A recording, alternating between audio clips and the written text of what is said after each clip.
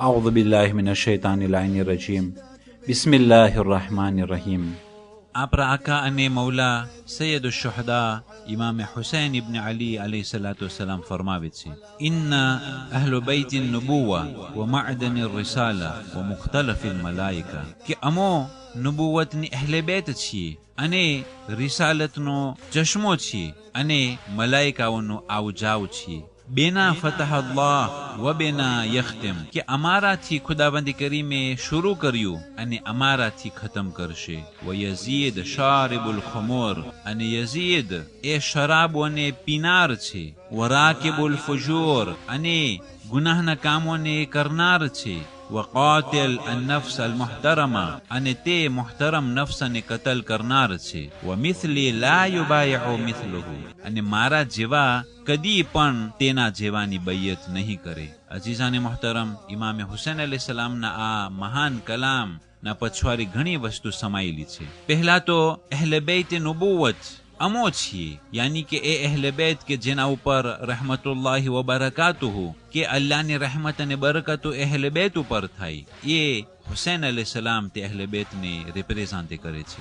અને ઇન્નમા યુરીદુલ્લાહની જે આયત છે તેના અંદરમાં પણ ઇમામ હુસૈન હતા, કે જે ખુદાવંદ કરીમ કહે છે કે હરેક રીજ અને નજાસતથી અહલે બેતને દૂર રાખે અને પાક કરે જે પાક કરવાનો હક છે. અને ઇમામ હુસૈન અલૈહિસ સલામે કહ્યું કે રિસાલત અને જે આ પૈગામ છે એ પૈગામનો ચશ્મો અમો છીએ. અઝીઝાને મુહતરમ, ઘરની વાત ઘરવાળાઓને વધારે ખબર હોય પાડોશીઓ કરતા, કારણ કે પૈગંબર ઇસ્લામ સલ્લલ્લાહુ અલૈહિ વસલ્લમ ના જમાનામાં જ્યારે હસનૈન અલૈહિસ્સલામ તેના નાનાની મુલાકાત માટે આવતા હતા, કારણ કે તે જ ઘરમાં તેઓ રહેતા હતા, અને હસનૈન માટે પૈગંબરની ખિદમતમાં તશરીફ લાવવું એ મુલાકાત હંમેશ માટે મુમકિન હતું. પણ જે આરોસ પારોસમાં અસહાબો હતા તેઓને ઇજાઝત લેવી પડતી હતી. પૈગંબર સુતા હોય તો હસનૈન આવી શકે છે, પૈગંબર જમતા હોય તો હસનૈન આવી શકે છે, પૈગંબર બિસ્તર ઉપર આરામ કરતા હોય તો હસનૈન અલૈહિસ્સલામ આવી શકે છે,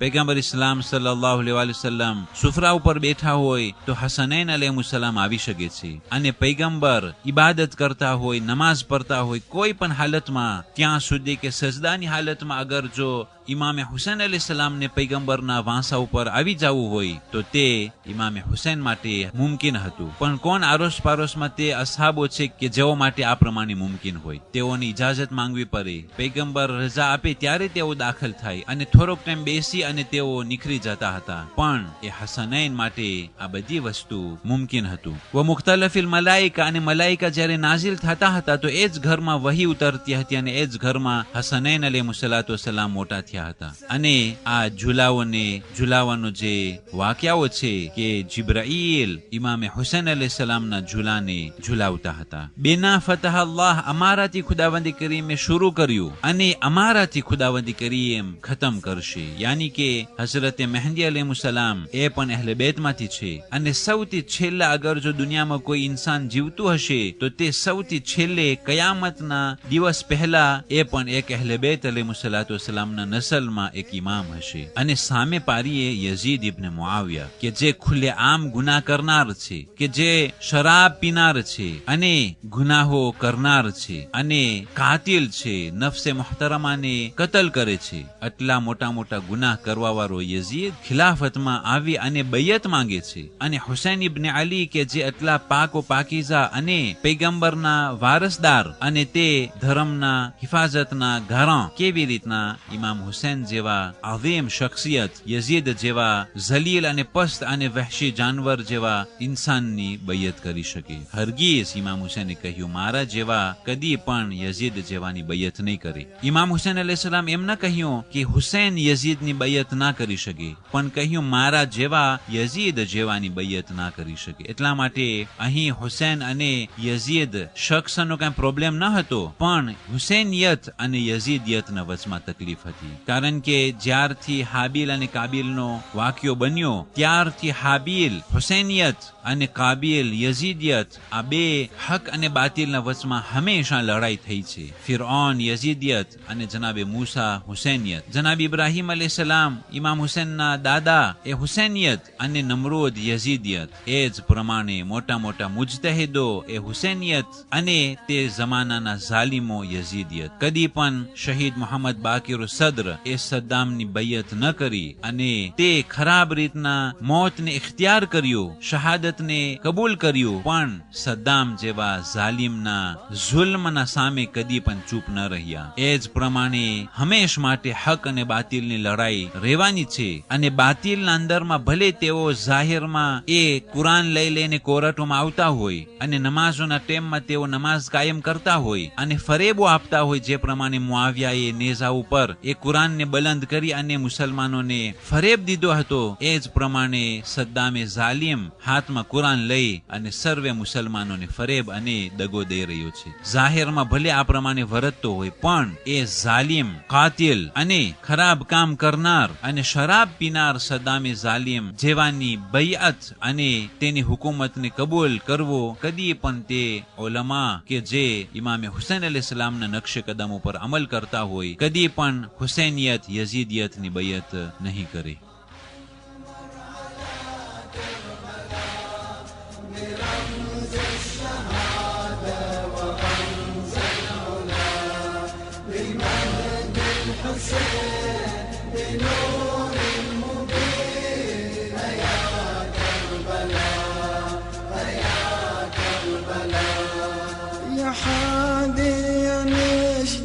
بدمع ذروب تعرج بنا على وادي الطفوف على وادي الطفوف أزور أخوتي يرد عين واشوف أزور أخوتي يرد عين واشوف أعاين واشوف أشوف أشجارا من كروب وبلا عفيت رمية بوسط الفلم أشوف أشجارا من كروب وبلا عفيت رمية بوسط الفلم بدم المصاب بحر التراب يا كربلاء يا كربلاء يا حامل معمر على كربلاء برمز الشهادة ورمز العلا يا حامل معمر على كربلاء برمز الشهادة ورمز العلا بمهد الحسين بنور المبين يا كربلاء 26મી માહ મુહર્રમ.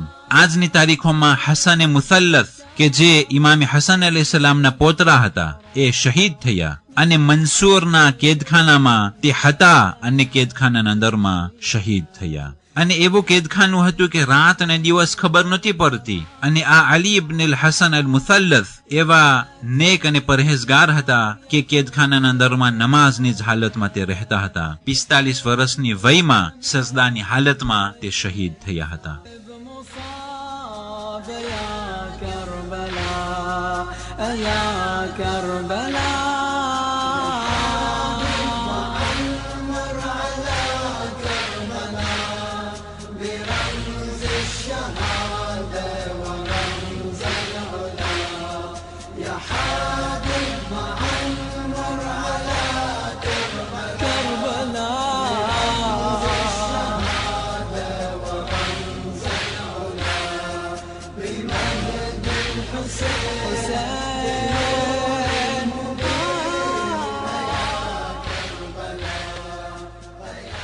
والسلام عليكم ورحمة الله وبركاته. مصاب يا كربلاء يا كربلاء وعمر على كربلاء برمز الشهادة ورمز العلا يا حبيب وعمر على كربلاء